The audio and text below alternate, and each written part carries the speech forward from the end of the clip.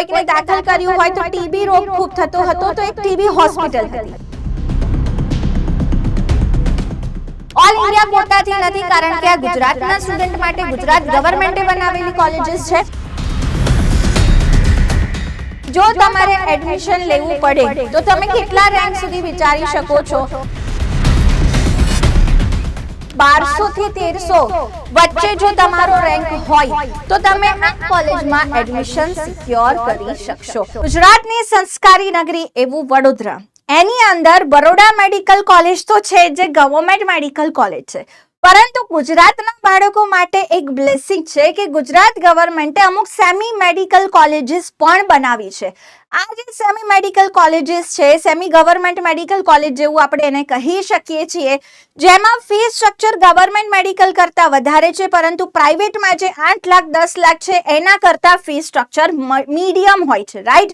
તો આવી ઘણી બધી જીમર્સ મેડિકલ કોલેજીસ ગુજરાતમાં છે, જેમાંની એક આવેલી છે એક સુંદર સિટીમાં જેનું નામ છે વડોદરા. તો વડોદરામાં ગોત્રી મેડિકલ કોલેજ આવી છે. વડોદરામાં મને યાદ છે કે હું નાની હતી ત્યારે ઘણી વખત કોઈકને દાખલ કર્યું હોય તો ટીબી રોગ ખૂબ થતો હતો તો એક ટીબી હોસ્પિટલ હતી. એ ટીબી હોસ્પિટલ વાળી જગ્યામાં અત્યારે જીમર્સ મેડિકલ કોલેજ બનાવી છે. ખૂબ સરસ કોલેજ બનાવી છે અને ઘણા બધા સ્ટુડન્ટ્સ ત્યાંથી ભણી રહ્યા છે, રાઈટ? એના ટીચર્સનો જે છે ભણાવવાવાળા ટીચર્સ, એનો પણ રિવ્યૂ મેં સ્ટુડન્ટ્સના મોઢેથી ખૂબ સારો સાંભળ્યો છે. ત્યાં પેશન્ટ પણ એટલા મળી રહે છે જેથી કરીને પ્રેક્ટિસ પણ થઈ શકે. હવે ડિટેલની વાત કરીએ આપણે તો 200 સીટ્સ ટોટલ છે. ઓલ ઇન્ડિયા કોટાથી નથી, કારણ કે આ ગુજરાતના સ્ટુડન્ટ માટે ગુજરાત ગવર્મેન્ટે બનાવેલી કોલેજીસ છે. ઓપન કેટેગરીની 70 સીટ છે, EWS ની 17 છે, SCBC 45, SC category general rule wise લગાવવામાં આવતું હોય છે, ST કેટેગરીની 26 અને NRI કેટેગરીની 30. હવે મેનેજમેન્ટ કોટાની સીટ્સ છે. મેનેજમેન્ટ કોટા, આમાંથી કોઈ સીટ ન ભરાઈ હોય, NRI સીટ ન ભરાય તો એને મેનેજમેન્ટ કોટામાં રાખવામાં આવતું હોય છે.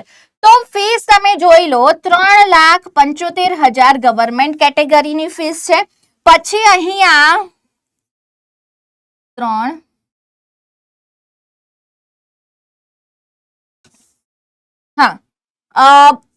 12 લાખ રૂપિયા મેનેજમેન્ટ કોટાની ફીસ છે અને $25,000 NRI કેટેગરીની ફીસ છે. તો અહીંયા તમે જુઓ, મેનેજમેન્ટ કોટામાં ઓલમોસ્ટ ફીસ કેટલી થઈ જાય છે તો 3 થી 4 ગણી વધી જશે. હવે ક્લોઝિંગ જોઈએ તો રાઉન્ડ 2 નું ક્લોઝિંગ 2025 નું હતા, એનું એકોર્ડિંગ 1282 રેન્ક ઉપર અહીંયા અટક્યું હતું, ધેટ ઇઝ 514. હવે આ પણ એક વસ્તુ છે કે જે ટોપ 2 જીમર્સ કોલેજ છે આ સેકન્ડ નંબર પર આવે છે, રાઈટ? તો જે ટોપ 2 GMERS કોલેજ છે, તો ઘણા બાળકો એવા છે જે વડોદરાના છે, એમના પેરેન્ટ્સ વડોદરા, અમદાવાદ કે પછી સુરત છે કે એની આજુબાજુ છે, વડોદરાની આજુબાજુ. જો એમને છેલ્લે ગવર્મેન્ટ કોલેજમાં કોઈ એવી ગવર્મેન્ટ કોલેજ દૂરની છે જેમ કે ભાવનગર છે, ત્યાં એડમિશન મળતું હોય, પણ પેરેન્ટ્સની કેપેસિટી હોય આટલી ફીસ ભરવાની, તો તેઓ પોતાના બાળકોને પોતાની સાથે રાખવા, પોતાની સિટીમાં રાખવા GMERSમાં પણ એડમિશન લેવડાવતા હોય છે.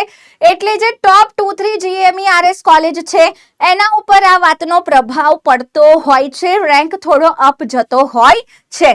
તો 514 માર્કે લાસ્ટ યર એડમિશન મળ્યું હતું, 1282 rank. All India category rank એટલે કે આ જે બાળક હતો એનો 37,653 રેન્ક. EWS માં 508 માર્ક, 1491 રેન્ક. SCBC માં 2017 રેન્ક, SC કેટેગરીમાં 4058 અને ST કેટેગરીમાં 12,176 રેન્ક ઉપર એટલે કે 324 માર્કે એડમિશન મળ્યું હતું. તો જોવો, એકદમ રેન્ક એકદમ હાઈ નથી જેમાં એડમિશન મળી રહ્યા છે, રાઈટ? તો બચ્ચા પાર્ટી, આ જે કોલેજીસ છે જીમર્સ, રાઈટ?